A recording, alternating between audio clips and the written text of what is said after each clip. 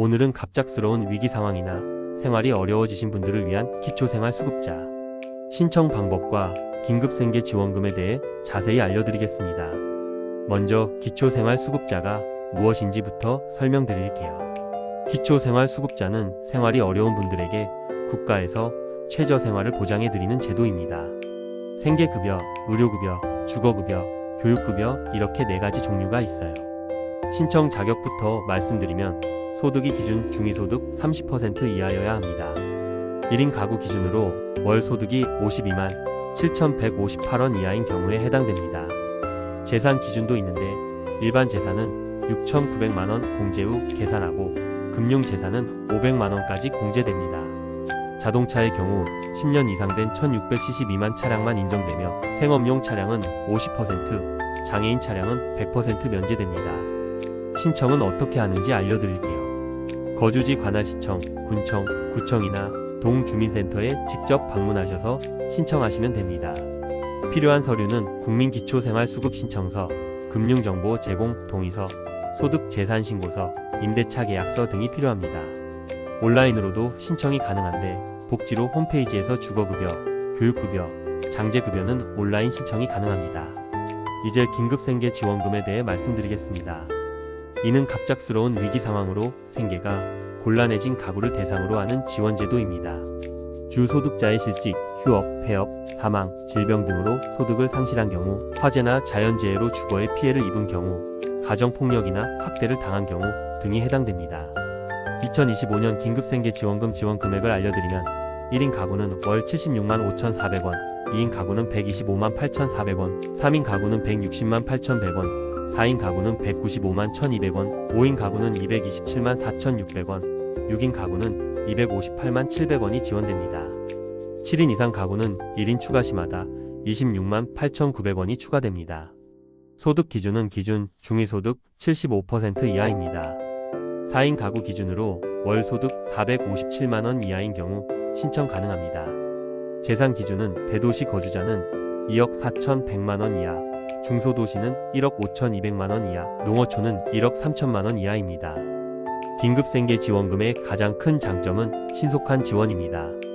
선 지원 후 검증 원칙으로 위기 상황 발생 시 빠르게 지원금을 받을 수 있습니다.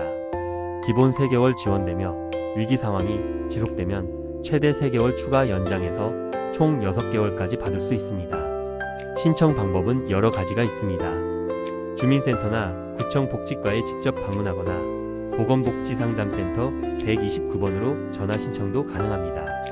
복지로 홈페이지나 지방자치단체 복지포털을 통한 온라인 신청도 가능합니다. 필요한 서류를 말씀드리면 신분증, 소득증명서류인 급여명세서나 소득확인서, 재산 관련 서류인 전월세 계약서나 사용대차 확인서, 금융정보등재 공동의서, 가구원 통장, 사본, 위기상황 관련 서류인 진단서, 입원 확인서, 실종신고서 등이 필요합니다.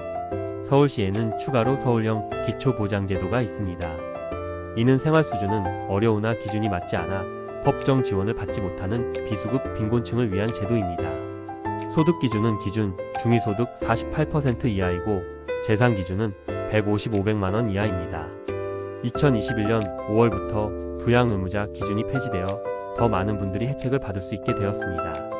서울형 기초보장제도의 지원 내용은 생계급여와 해상급여 70만원, 장제급여 80만원이 있습니다.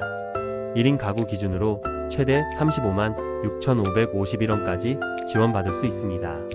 신청 시 주의사항을 말씀드리면 허위 신청 시 지원금 환수 조치가 있을 수 있으니 정확한 정보를 제공해야 합니다. 또한 지원 자격을 충족하지 못한 경우에도 환수 조치될 수 있으니 신중하게 신청하시기 바랍니다. 접수 후 처리 과정을 설명드리면 신청 후 담당 공무원이 가구 상황을 조사하고 소득과 재산을 확인한 후 지원 여부를 결정합니다.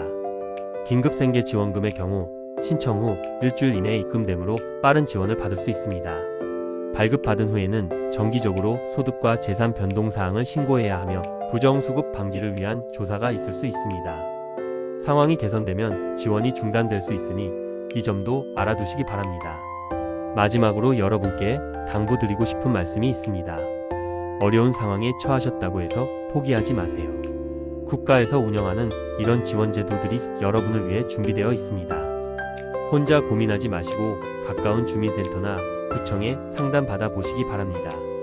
여러분의 작은 용기가 새로운 시작의 발판이 될 수 있습니다. 지금 당장 전화기를 들고 129번으로 전화하거나 가까운 주민센터를 방문해 보세요. 여러분을 도와줄 따뜻한 손길이 기다리고 있습니다.